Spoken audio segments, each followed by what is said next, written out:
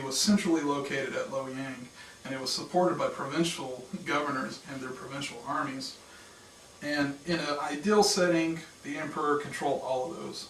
But the distances involved and the chaos of this revolt, which was so immense, created the problem where the governors had to deal with the problems within their own province and couldn't actively support the imperial cause of putting down this rebellion.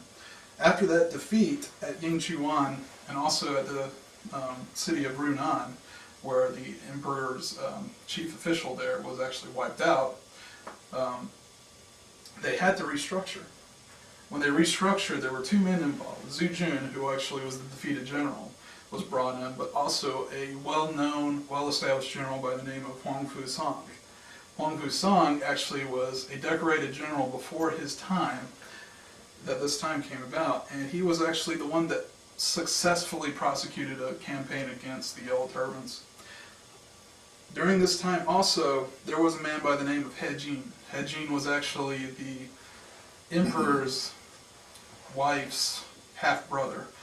And it was kind of a strange situation. He wasn't a very competent general, but he had those political ties.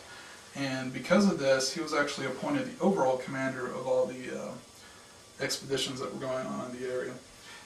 Later on, he will actually play a role in the decline and fall of the empire.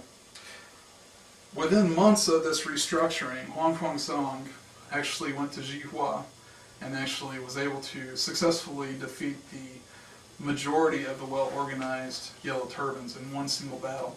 This actually propelled them to do another battle at the place called Wan. Wan was a major city. It was located north of Luoyang.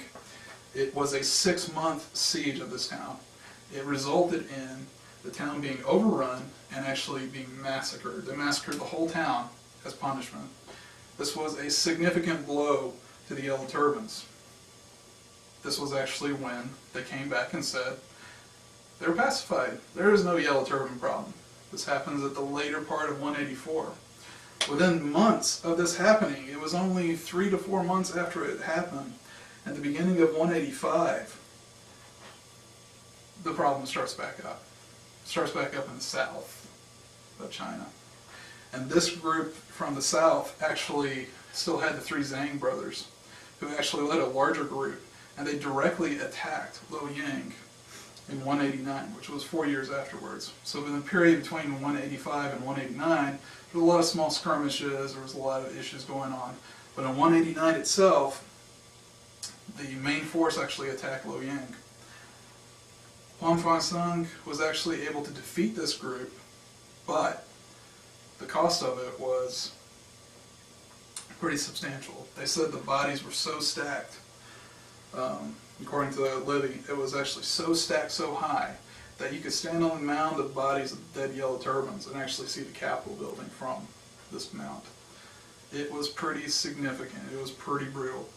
But what this caused at this defeat at 189 was the Yellow Turbans, while they were still a problem until 205, were just a minor problem at that point. They were pockets of rebellion. As this rebellion raged, the lack of efficiency in the empire actually was shown.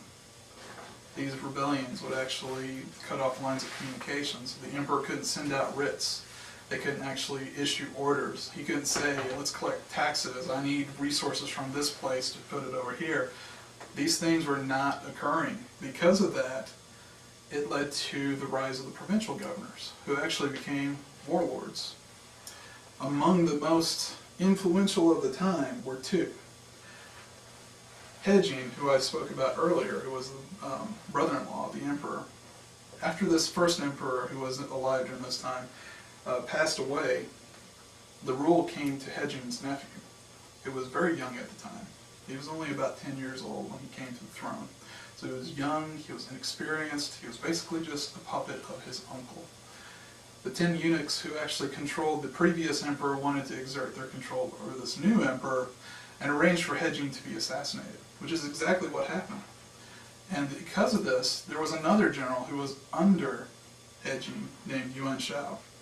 He actually killed all 10 eunuchs and placed the capital under military rule.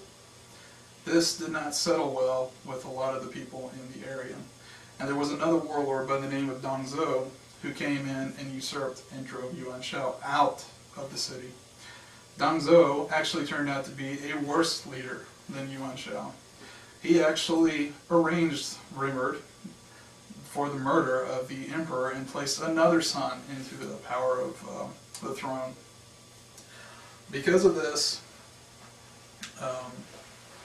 he actually caused an anti-Dong Zhou coalition, led by the former general Yuan Shao and a group of other warlords.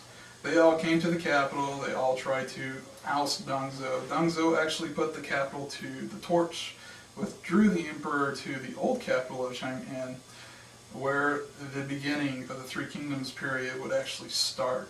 This was the beginning of the end of the Han Dynasty, where warlords were controlling the emperor's destiny and taking it out of the hands of the actual Han Dynasty. So, in effect, what you have going on here is the Yellow Turbans, while they didn't directly cause the fall of the Han Dynasty, they weren't the ones that went in and overthrew the emperor. They were the ones that created the atmosphere where these warlords emerged as powerful figures in ancient China. And I really appreciate your time here and hope you can put the information to good use.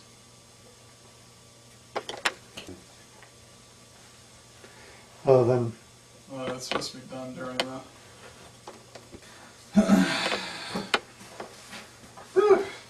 Got that out of the way. It's the first speech, it shouldn't be...